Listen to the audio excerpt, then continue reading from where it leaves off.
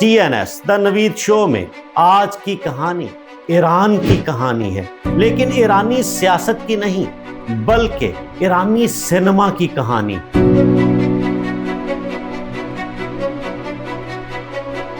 (1979) के रेवोल्यूशन के बाद जब ईरानियन सिनेमा पर सख्त पाबंदियां लागू की गईं तो उस वक्त ईरानी फिल्म डायरेक्टर्स के पास सिर्फ दो रास्ते थे। एक कि वो हमेशा के लिए फिल्म्स बनाना ही छोड़ दें, और 2017 में फरहादी की इस फिल्म को जब बेस्ट फॉरेन फिल्म की कैटेगरी में ऑस्कर के लिए नॉमिनेट किया गया तो फरहादी ने इवेंट को अटेंड करने से इसलिए इनकार कर दिया। ईरानी फिल्म का कैमरा वहां देखता है जहां हमारी नजर नहीं जाती। मजीदी अगर जज्बात का डायरेक्टर है तो असगर फरहादी दिमाग का डायरेक्टर है। उसकी कहानी एक कमरे से शुरू होती है और उसके बाद देखने वालों के दिमागों में तूफान बर्पा कर देती हैं। एक ऐसा मुल्क जहां ग्लैमर पर पाबंदी हो, जहां गीत और रक्स दिखाने की इजाजत ना हो, जहां कैमरे की आंख पर सेंसरशिप का कड़ा पहरा हो, वहां की फिल्म्स और फिल्म साज दुनिया भर से बड़े बड़े अवार्ड्स और एजाज़ात कैसे समेट लेते हैं। द नवीद शो में आज जाएंगे ईरानी सिनेमा के उस पार जहां खामोशी भी बोलती है।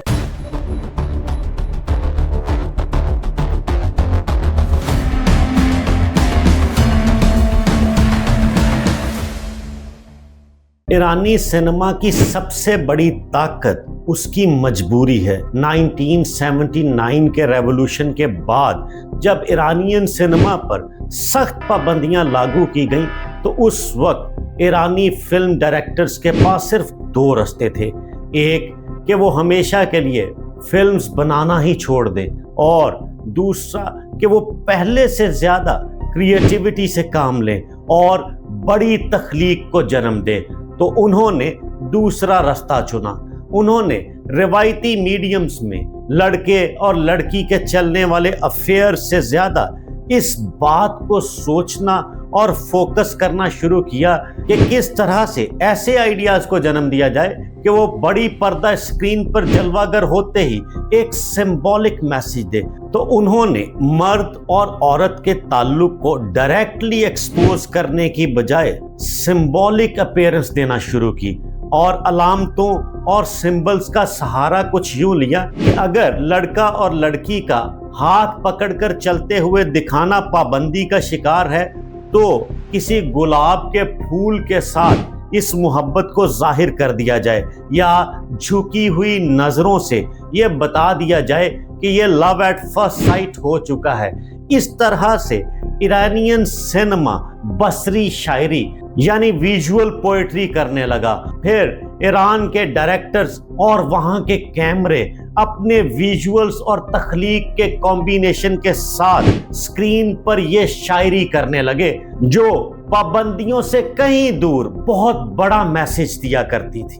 ईरानी फिल्म का कैमरा वहां देखता है जहां हमारी नजर नहीं जाती, जैसे पानी के एक कतरे के अंदर, जैसे बूढ़े हाथों की लकीरों के अंदर, या जैसे मासूम बच्चों की शरारतों में। ये ईरानियन कैमरा ही है जो यहां तक देख सकता है, बाकी सब इसके सामने लिमिटेड और नैरो साइटेड है। ईरानी सिनेमा की बात करें तो पहला नाम एहसासात के मुसव्विर मजीद मजीदी का आता है, जिसकी कहानी ने यह साबित किया कि कहानी जितनी लोकल होगी उतनी ही ग्लोबल होगी। तेहरान में पैदा होने वाले इस कदावर ईरानियन फिल्म डायरेक्टर का सबसे बड़ा और मुनफरिद अंदाज उसकी फ्रेमिंग से झलकता है। वो मारूफ अदाकारों पर रिलाय करने की बजाय बच्चों और आम लोगों से अपनी फिल्म और कहानी में किरदार करवाता है और इतना शानदार काम लेता है कि देखने वाला रश कर उठता है। उसकी कहानियां इंसान को किसी भी लम्हे पर रोने पर मजबूर कर देती हैं। उसकी कहानियों में बयान करदा विजुअल ट्रेजेडी इंसान को किसी भी टाइम अपने अंदर इस तरह से इन्वॉल्व कर लेती हैं कि आपकी आंखों से आंसू छलक ही आते हैं। मजीद मजीदी बच्चों से काम इसलिए लेता है कि उसकी कहानी की सच्चाई बरकरार रह सके। वो मासूमियत और सच को उसी तरह से सबको दिखा देता है। वो रंगों का इस्तेमाल करता है। उसके फ्रेम्स में नीला और सुर्ख रंग काफी ज्यादा होते हैं, जिसका मकसद और मैसेज कहानी के मुताबिक बहुत बड़ा होता है। चिल्ड्रन ऑफ हेवन एक गरीब बच्चे अली की कहानी, जो अपनी बहन के जूते खो देता है और फिर नए जूतों के हसूल के लिए दौड़ में हिस्सा लेता है कि वो नया जूतों का जोड़ा अपनी बहन को वापस दिला सके।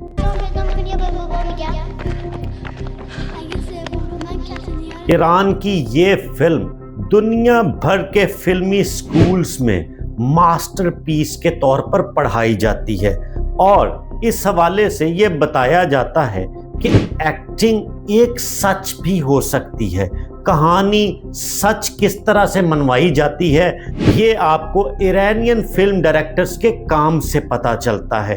एहसास, जज्बात किस तरह से बगैर बोले आपकी कहानी को मुकम्मल करके अपने अंदर आपको इन्वॉल्व करते हैं, ये ईरानियन सिनेमा का कमाल है।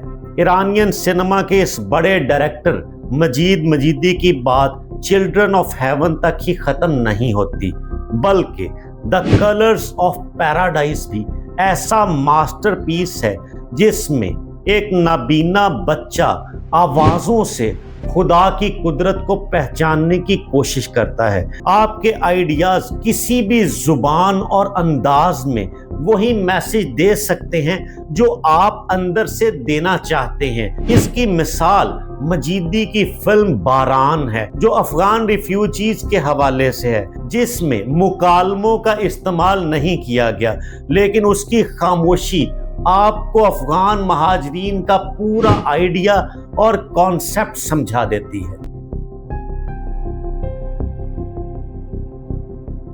Muhammad, peace be upon him, the messenger of God, Majidi का वो काम जो इस्लामिक हिस्ट्री में एस्थेटिकली रिच माना जाता है। इस डायरेक्टर ने उसमें अपनी तमाम डायरेक्शन और प्रोडक्शन स्किल्स को भरपूर इस्तेमाल में लाया है। अगर इस रिलीजियस कॉन्सेप्ट को उसी तरह से किसी बोरियत के अंदाज में पेश किया जाता तो शायद इतना मकबूल ना होता और अपना मैसेज और उसकी इफेक्टिवनेस भी खोने का खतरा था। लेकिन ईरानियन डायरेक्टर ने उसको इस तरह से रिवील किया कि वो सारा मैसेज देखने वाले के अंदर उतर जाता है। मजीदी अगर जज्बात का डायरेक्टर है तो असगर फरहादी दिमाग का डायरेक्टर है। असगर फरहादी की फिल्म्स ईरान से निकलकर पूरी दुनिया में छा गईं और उसकी कहानी एक कमरे से शुरू होती है और उसके बाद देखने वालों के दिमागों में तूफान बर्पा कर देती हैं। फरहादी के काम को भी ईरानियन सिनेमा पर लगने वाली पाबंदियों ने रिफाइन किया। फरहादी ने भी इस माजूरी का इजहार कभी नहीं किया कि मेरे एस्थेटिक्स, सोचने का अंदाज या क्रिएटिविटी यहाँ की पाबंदियों की नजर हो गई। अब मेरी सोचों पर पहरा लगने की वजह से मैं नए मौजूआत सोच नहीं सकता। मैं रोमांस को कैसे दिखाऊंगा, मैं कहानी कैसे बनाऊंगा। वो इस डिसेबिलिटी से निकला और उसने उस विजिबिलिटी को एक्सप्लोर किया जो पाबंदियों से आगे शुरू होती थी। ये ईरानियन सिनेमा की मुनफरिद और मुख्तलिफ अप्रोच थी जो दुनिया के सामने आ रही थी। सब हैरान थे कि हॉलीवुड, बॉलीवुड और दीगर बड़ी इंडस्ट्रीज के होते हुए ये कम बजट वाली कहानियां किस तरह से लोगों के दिलों में घर करती जा रही हैं। असगर फरहादी का ताल्लुक ईरान के शहर खुमैनी से है और उन्होंने یہ ریکارڈ بنایا ہے کہ وہ ایران کے واحد ڈائریکٹر ہیں جنہوں نے 2 بار آسکر ایوارڈ جیتا، اور اس کے علاوہ بھی جب بھی انہوں نے کوئی بھی فلم یا پیس تخلیق کیا وہ آسکر کے لیے نامینیٹ ضرور ہوا۔ وہ الگ بات ہے کہ فرہادی کا کام آسکر کے لیے 2 سے زائد مرتبہ پہنچا، لیکن آسکر جیوری کے پریجوڈس کا نشانہ بن گیا۔ 2012 میں فرہادی کی طرف سے بنائی جانے والی فلم A Separation ایک طلاق کی کہانی، اس کہانی میں سچ اور جھوٹ کی کشمکش ہے، کبھی سچ لیڈ لیتا ہے تو کبھی بظاہر جھوٹ جیتتا ہوا دکھائی دیتا ہے۔ پدرشون آلزایمر، اون میفهمه که تو پسرشی؟ من که میفهمم اون پدرمه۔ ایرانین سینما کی اس کہانی نے طبقاتی فرق کو پردہ اسکرین پر ظاہر کیا اور بتایا کہ معاشرے کے تلخ حقائق کیا ہوتے ہیں۔ اس کے بعد اسی فلم A Separation نے یہ بھی پروف کیا کہ اب ایرانین سینما بچوں کی کہانیوں سے نکل کر کمپلیکیٹڈ ہیومن سائیکالوجی یا پیچیدہ انسانی نفسیات کی طرف سفر کر رہا ہے۔ 2012 میں A Separation سے اپنا میٹل پروف کرنے کے بعد 2017 میں فرہادی دوبارہ ایک ماسٹر پیس لے کے آئے جو تھا The Salesman۔